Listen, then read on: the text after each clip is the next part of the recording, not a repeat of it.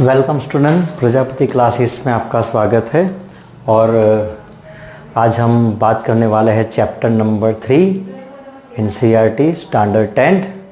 तो pair of linear equation in two variable, pair of linear equation in two variable. तो two variable यानी कि हमारे पास दो वेरिएबल है, एक होता है x, एक होता है y। अगर एक होता है a तो दूसरा होता है b, यानी कि टू अननोन जो वेरिएबल है उसको हमें यूज़ करना है। वेरिएबल हम कुछ भी यूज़ कर सकते हैं in our alphabets, but majority sum is on x and y। तो इसका बेसिक स्टैंडर्ड फॉर्म क्या होता है पेयर ऑफ लीनियर इक्वेशन का? तो ax plus b y plus c equal to 0। तो ये जो होता है वो x का वेरिएबल है, ये x वेरिएबल है, उसका कोएफिशिएंट a है, ये y वेरिएबल उसका कोएफिशिएंट b है, और दिस इज ए कांस्टेंट। अब हमें पेयर ऑफ लीनियर यानी कि ये एक इक्वेशन है लीनियर। लीनियर क्यों बोलते हैं? फर्स्ट ऑफ ऑल इसको हम लीनियर क्यों बोलते हैं? क्योंकि उसका जो पावर है वो एक होता है। डिग्री जो बोलते हैं हम उसको, डिग्री ऑफ पावर उसका कितना रहता है? एक, जो हमने सेकंड चैप्टर में बोला था। तो क्वाड्रेटिक किसे कहते हैं? जिसका डिग्री ऑफ पावर 2 रहता है। क्यूबिक किसे कहते हैं? जिसका डिग्री ऑफ पावर 3 रहता है। तो यहाँ पे सभी जो इक्वेशन हो गए वो लीनियर पेयर में है, लीनियर है, यानी कि सबका जो पावर है वो कितना रहेगा? एक रहेगा। तो अगर मेरे पास दो इक्वेशन है, if I have the two equation, right, तो मैं उसको बोलूँगा a1 b1 c1, और उसी तरह दूसरा इक्वेशन होगा तो a2x b2y और c2। अब ये जनरल फॉर्म है इसका। ये कब फॉर्म होगा? ये इक्वेशन कब होगा, कब पॉसिबल होगा? जब ये हो सकता है, ये हो सकता है, लेकिन अगर ये दोनों नहीं हो सकते, सपोज ये दोनों नहीं पॉसिबल x और y, यानी कि आपका a और b is never be 0। Combine में a और b कंबाइन में कभी भी 0 नहीं हो सकता, तभी हम इसको लीनियर पेयर ऑफ इक्वेशन बोल सकते हैं। a और b नेवर बी 0। और इसको हम ऐसे भी लिख सकते हैं a square plus b square is equal to 0 is not possible. ये पॉसिबल नहीं है। तो ऐसी कोई वैल्यू होगी जिसका स्क्वायर और उसका सम करके हमें 0 आंसर मिले, तो एक ही है 0 और 0 इक्वल टू 0, और कुछ पॉसिबल नहीं है। तो ये a और b जो है वो बिलोंग्स टू करेंगे r, यानी कि सभी रियल नंबर हम ले सकते हैं a और b में। a और b में हम सभी रियल नंबर ले सकते हैं, और a और b एक साथ कभी भी 0 नहीं हो सकते, राइट। तो अगर मुझे कोई इक्वेशन ऐसा लिखना है, कोई इक्वेशन मुझे लिखना है, सपोज कि एक इक्वेशन मैं लिख रहा हूँ 3x minus y is equal to 5, तो इसका स्टैंडर्ड फॉर्म क्या होगा? इसका जो जनरल फॉर्म है वो क्या होगा? 3x minus y minus 5 equal to 0, यानी कि इक्वल टू 0 में हमें कन्वर्ट करना पड़ेगा। उसी तरह अगर ऐसा लिखा होगा कि x is equal to 4y minus 3, तो हम इसको कैसे लिख सकते हैं? x minus 4y plus 3 equal to 0। Otherwise, और दूसरा minus x plus 4y minus 3 equal to 0। ये क्यों मैंने लिखा? अगर मैं x को राइट साइड पे ले जाऊँ, RHS पे राइट साइड जो साइड उसा वहाँ ले जाऊँ तो ये आंसर मिलेगा, और अगर 4y और 3 को मैं लेफ्ट साइड लाऊँ तो मुझे ये आंसर मिलेगा। दोनों में से कोई भी चलेगा, राइट। अगर मैं ऐसा लिख रहा हूँ कि x is equal to y, तो इसका आंसर क्या, इसका जनरल फॉर्म क्या होगा? x minus y plus 0 equal to 0, ये होगा।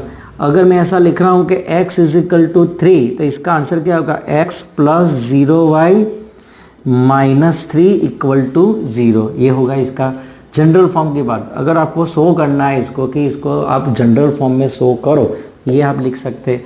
अगर मैं ऐसा लिखूँ कि y इज इक्वल टू 1/2, तो क्या होगा 0x, x है ही नहीं, 1y माइनस 1/2 इक्वल टू 0। अब इसको 2 को आप कॉमन एलसीएम लेके भी लिख सकते हो, राइट। तो ये हो गया उसका जनरल फॉर्म, ये हो गया इसका जनरल फॉर्म। तो हम आगे बढ़ते हैं। तो जो हमारा मेन है कि अगर हमें 2 वेरिएबल के लिए ही पूरा चैप्टर है, pair of linear equation in 2 variable, तो यहाँ पे मैंने एक टेबल बनाया हुआ है। यहाँ यही इसका बेसिक है, पूरा चैप्टर का यही अगर बेसिक है, तो यहाँ से ही हम स्टार्ट करके देखिए। तो कुछ एग्जाम्पल मैंने ले लिए हैं, मैंने कुछ एग्जाम्पल ले लिया है। फर्स्ट ये है pair of linear, pair of lines है कोई, और ये A1 A2, यानी कि ये A1 है, ये A2 है, ये B1 है, ये B2 है, इसका C है ही नहीं। तो A1 अपन A2 मैं यहाँ लिख रहा हूँ, देखो x minus 2y plus 0 equal to 0, 3x plus 4y minus 20 equal to 0। तो इसमें A1 equal to 1, A2 equal to 3, B1 equal to minus 2, B2 equal to 4 and C1 equal to 0 और C2 equal to minus 20। ये है इसका, ये form है। तो ये उसके कोफिशिएंट है। तो मुझे अगर ये रेशियो लेना है A1 अपॉन A2, तो क्या होगा 1/3, इसका रेशियो क्या होगा 1/3। चलो अगर मुझे B1 अपॉन B2 का रेशियो लेना है, तो -2/4 मीन्स -1/2 होगा, राइट। अब C ऊपर वाला C1, ये क्या है, C1 तो 0 है, यानी कि 0 अपॉन -20 इक्वल टू क्या हो जाएगा, वो 0 हो जाएगा। तो अब मैं अगर ये रेशियो को कंपेयर करूँगा, ये रेशियो है, इसको कंपेयर करूँगा, तो ये क्या सबको इक्वल है, रेशियो को कंपेयर करना है। यानी कि यहाँ पे A1 upon A2 is not equal to B1 upon B2 is not equal to C1 upon C2, right. तो ये सब रेशियो इक्वल नहीं है, इसलिए हमने ये ऐसा लिख लिया है, राइट। तो अगर सबका रेशियो इक्वल नहीं आ रहा है, कोई भी इक्वेशन ले लो आप, उसका रेशियो अगर सबका इक्वल नहीं आ रहा है, तो ग्राफिकल रिप्रेजेंटेशन अगर मैं करने जाऊंगा तो मुझे क्या मिलेगा, तो ये जो लाइंस है वो एक दूसरे को इंटरसेक्ट करेगी, एक दूसरे को काटेगी।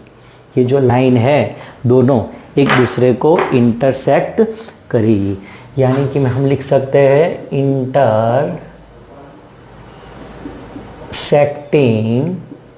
Lines, intersecting lines.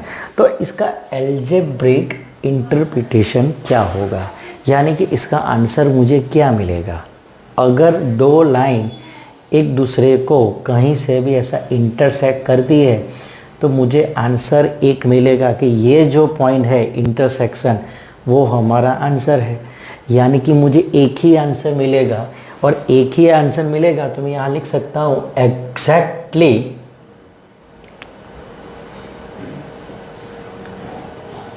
One answer, exactly one solution. तो उसको हम बोल सकते हैं यूनिक सॉल्यूशन। यूनिक यानी कि एक और एक ही हो, दूसरा कुछ है ही नहीं। तो अगर जब मुझे सॉल्यूशन मिलता है तो उसको हम कंसिस्टेंस बोलते हैं, यानी कि these are consistent, this is consistent. अगर मैं इसका ग्राफ अगर कुछ भी प्लॉट करेंगे कहीं से भी ऐसा, तो ऐसा कुछ ये इंटरसेक्टिंग करेगा, ये लाइन 1 है और ये लाइन 2 है, राइट। तो अगर कोई भी पेयर ऑफ लीनियर इक्वेशन है तो उसका हम रेशियो पहले कंपेयर करो, उसके हिसाब से आपको यहाँ आंसर मिलेगा कि अगर रेशियो इक्वल नहीं है सबका तो आपका आंसर आएगा यूनिक सॉल्यूशन, यानी कि हम इसका सॉल्यूशन ढूंढ सकते हैं और वो भी एक ही मिलेगा। चलो हम दूसरे जो एग्जाम्पल है उसमें जाते हैं अभी। तो अब देखो कि ये है A1, ये है A2, यानी कि A1 अपॉन A2 का मैं रेशियो लूँ तो 2/4, यानी कि मुझे आंसर मिलेगा 1/2, राइट। फिर B1 अपॉन B2 यानी कि 3/6, तो मुझे आंसर मिलेगा 1/2। उसके बाद C1 अपॉन C2 यानी कि -9 - 18, मुझे आंसर मिलेगा 1/2।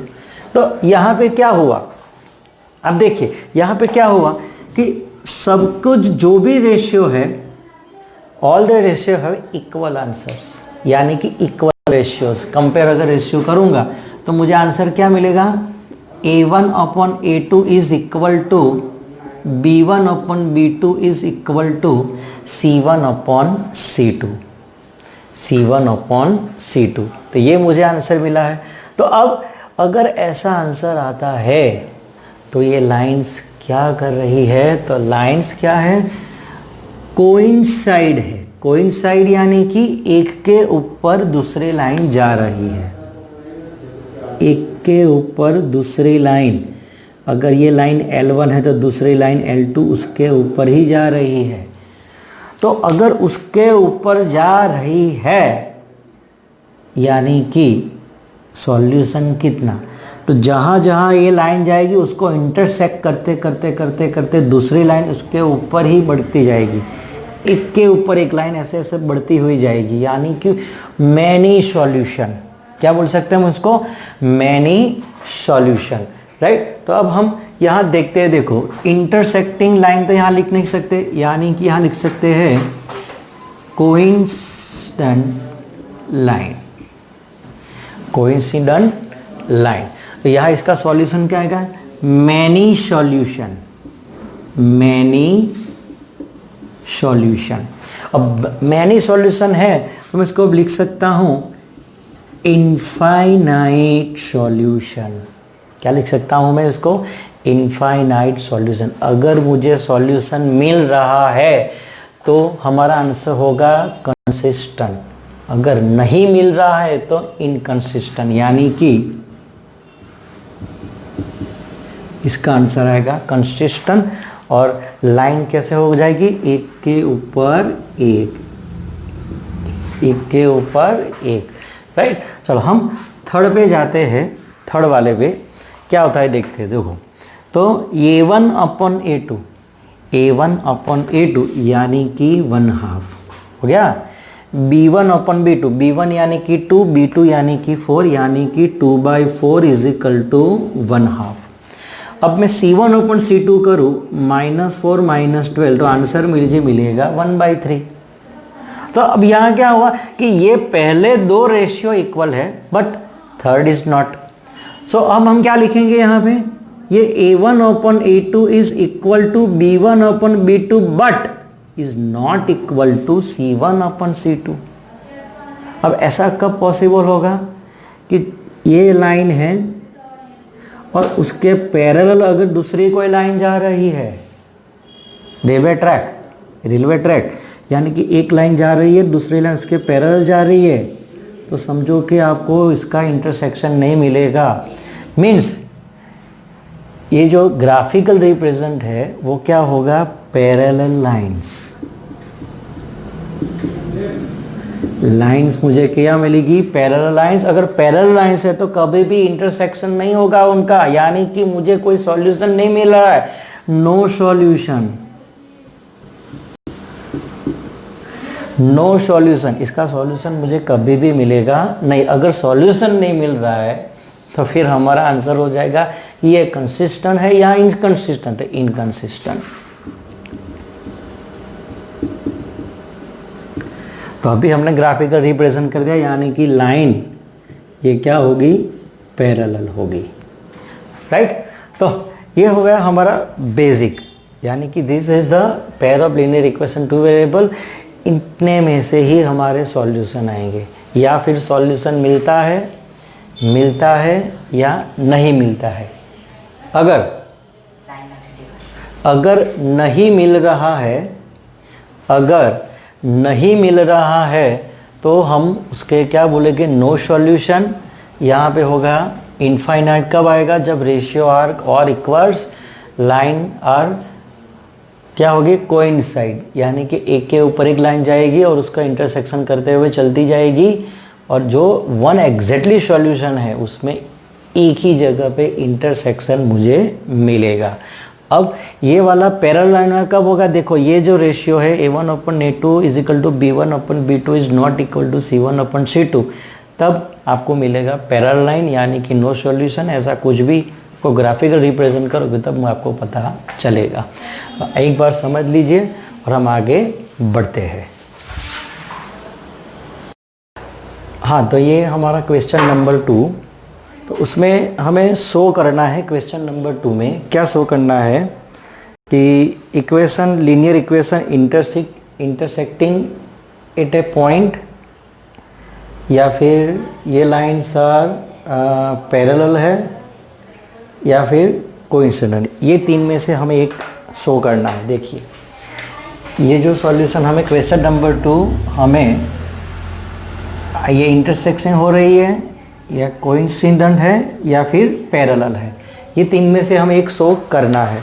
तब देखो क्या होता है, देखो इधर तो हमें यहाँ से हमें A1 क्या है, A2 या क्या लिख लेना है, यानी कि A1 इक्वल टू 5 है, A2 इक्वल टू 7 है। चलो B1 equal to -4 and B2 equal to 6, C1 is equal to 8 and C2 is equal to -9। तो ये हमने सब कोएफिशिएंट तो लिख लिए। अब हमें रेशियो लेना है। मैं रेशियो लूँगा A1/A2 इज़ 5/7, ओके। B1/B2 -4/6, यानी कि ये आंसर होगा मेरा -2/3। और देन C1/C2 अगर मैं ढूंढूंगा तो 8/-9, यानी कि -8/9। तो हम यहाँ कंपेयर करेंगे, अब ये जो रेशियो इसको कंपेयर करेंगे तो क्या होगा, A1/A2 is not equal to B1/B2 is not equal to C1/C2। अगर ये सब इक्वल नहीं है यानी कि मुझे सॉल्यूशन मिलेगा, और सॉल्यूशन मिलेगा यानी कि लाइंस, हमें क्वेश्चन क्या पूछा है, अगर सॉल्यूशन मिल रहा है यूनिक सॉल्यूशन तो lines are intersecting at a point. So lines are intersecting at a point. तो हम सेकंड क्वेश्चन में जाते हैं। अब क्या है देखिए, A1 क्या है 9, A2 इज 18। चलो फिर B1 equal to 3, B2 equal to 6, सही है, okay. C1 is equal to 12, C2 is equal to 24। चलो अब मुझे यहाँ पे रेशियो लेना है, तो ये रेशियो मुझे मिलेगा 9×2 = 18, यानी कि 1/2। चलो अब मैं B1/B2 का रेशियो लूँगा तो वो भी मुझे मिलेगा 1/2। क्लियर है ना, 3×2 = 6। अब अगर C1/C2 अगर मैं रेशियो लूँ तो वो भी आंसर है मेरा 1/2, यानी कि ऑल आर इक्वल्स। और ऑल आर इक्वल्स तो आंसर आपको खुद ब खुद आ गया। अगर सभी रेशियो इक्वल है यानी कि lines are not intersecting at many points, means coincident, right. ये lines are coincident, lines are coincident. चलो अब हम थर्ड पे जाते हैं, राइट। तो A1 क्या है, A1 equal to 6, A2 equal to 2। चलो B1 equal to -3, B2 equal to -1, C1 equal to 10 और C2 इक्वल टू 9। हो गया। अब क्या होगा, A1/A2 6/2 इक्वल टू 3, यानी कि 3:1 लिख सकते हैं हम, okay. Then b1 upon b2 -3 -1 यानी कि ये भी इक्वल है 3:1। अब क्या होगा c1 अपॉन c2, इसका कोई सॉल्यूशन नहीं है यानी कि 10/9 है। तो ये दोनों इक्वल, लेकिन ये नहीं है, तो क्या लिख सकते हैं a1 upon a2 is equal to b1 upon b2 is not equal to c1 upon c2। यानी कि क्या होगा यहाँ पे लाइंस कैसी है, पैरेलल्स है, तभी तो हमें ये वाला solution, lines are parallel, lines are parallel, right. तो क्वेश्चन नंबर 3 क्या हमें शो करना है, दिस लाइंस आर कंसिस्टेंट और इनकंसिस्टेंट। अब देखो कंसिस्टेंट कब होगी, जब मुझे सॉल्यूशन मिलेगा, यानी कि यूनिक मिल सकता है या फिर इनफाइनाइट। अगर नहीं मिल सकता तो फिर inconsistent, right, inconsistent, non consistent, non coincident. Okay, तो अब हम देखते हैं, चलो a1 3, a2 2, b1 2, b2 equal to -3। अब देखो उस साइड है, यानी कि अगर मैं इसको ज़ीरो में कन्वर्ट करूँ तो ये माइनस हो जाएगा, ये माइनस हो जाएगा, equal to zero, equal to zero. तो अब क्या हो गया c1 इज इक्वल टू -5 और c2 इज इक्वल टू -7। अब मैं रेशियो ले रहा हूँ, देखो a1 upon a2 3/2, b1 upon b2 -2/3 and c1 upon c2 minus, तो क्या हो गया है प्लस 5/7। अब देखो कोई भी रेशियो इक्वल है नहीं है, नहीं है यानी कि a1 upon a2 is not equal to b1 upon b2 is not equal to c1 upon c2, यानी कि हमें तो यही कंसिस्टेंस है, सॉल्यूशन मिल रहा है, यानी कि हम क्या लिखेंगे कंसिस्टेंट। चलो हम सेकंड इक्वेशन में जाते हैं। देखो ये भी ये स्टैंडर्ड फॉर्म में नहीं है, तो स्टैंडर्ड फॉर्म में लाने के लिए क्या हो जाएगा, ये -8 इक्वल टू 0, ये हो जाएगा -9 equal to 0। So a1 is equal to 2, a2 is equal to 4, a1 a2, अब b1 b2, b1 is equal to -3, b2 is equal to -6। Okay, then c1 is equal to -8, c2 is equal to -9। चलो ratio compare करते हैं, पहले ratio ढूंढते हैं, a1 upon a2 2/4 यानी कि 1/2। चलो अब b1 अपॉन b2 -3 -6 यानी कि 1/2। अब c1 अपॉन c2 -8 -9 यानी कि 8/9, यानी कि ये दो इक्वल है, ये नहीं है, तो क्या लिख सकते हैं a1 upon a2 is equal to b1 upon b2 is not equal to c1 upon c2। अगर नॉट इक्वल टू आया, ये एक इक्वल एक नॉट इक्वल टू है, यानी कि नो सॉल्यूशन हो गया ये वाला, और नो सॉल्यूशन हो गया यानी कि इनकंसिस्टेंस, इनकंसिस्टेंट। चलो अब क्वेश्चन नंबर 3 पे जा रहे हैं। तो यहाँ पे मुझे एलसीएम लेना पड़ेगा। तो एलसीएम क्या होगा, ये 3 2 6, 2 2 6, यहाँ पे 6 से मल्टीप्लाई कर दूँ तो क्या होगा, ये 9x plus 10y is equal to 42। तो स्टैंडर्ड फॉर्म हो जाएगा 9x plus 10y minus 42 equal to 0। चलो अब ये वाला इक्वेशन को मैं लिख रहा हूँ 9x minus 10y minus 14 equal to 0। अब क्या होगा, a1 इक्वल टू 9 है, a2 इक्वल टू 9 है, b1 equal to plus 10, b2 equal to -10, c1 equal to -42, c2 equal to -14। अब क्या होगा, a1 अपॉन a2 9/9 यानी कि ये आंसर आएगा हमारा 1:1। चलो b1 अपॉन b2 10 अपॉन -10 यानी कि -1/1। अब c1 अपॉन c2 क्या होगा, -42 -14 यानी कि 3:1। तो अब यहाँ क्या मिला मुझे, ये और ये कोई भी इक्वल नहीं है, ये इक्वल टू 1 है, ये इक्वल टू -1 है और ये 3 है, यानी कि हम क्या लिखेंगे, a1 upon a2 is not equal to b1 upon b2 is not equal to c1 upon c2। अब सब भी इक्वल नहीं है, यानी कि हमारा फर्स्ट वाला क्या होगा, यूनिक सॉल्यूशन। तो these lines are consistent. Lines are consistent. Next question हमारा question number 4, 5x minus 3y is equal to 11 minus 10x plus 6y is equal to minus 22. हम उसको स्टैंडर्ड फॉर्म में लिख लेते हैं.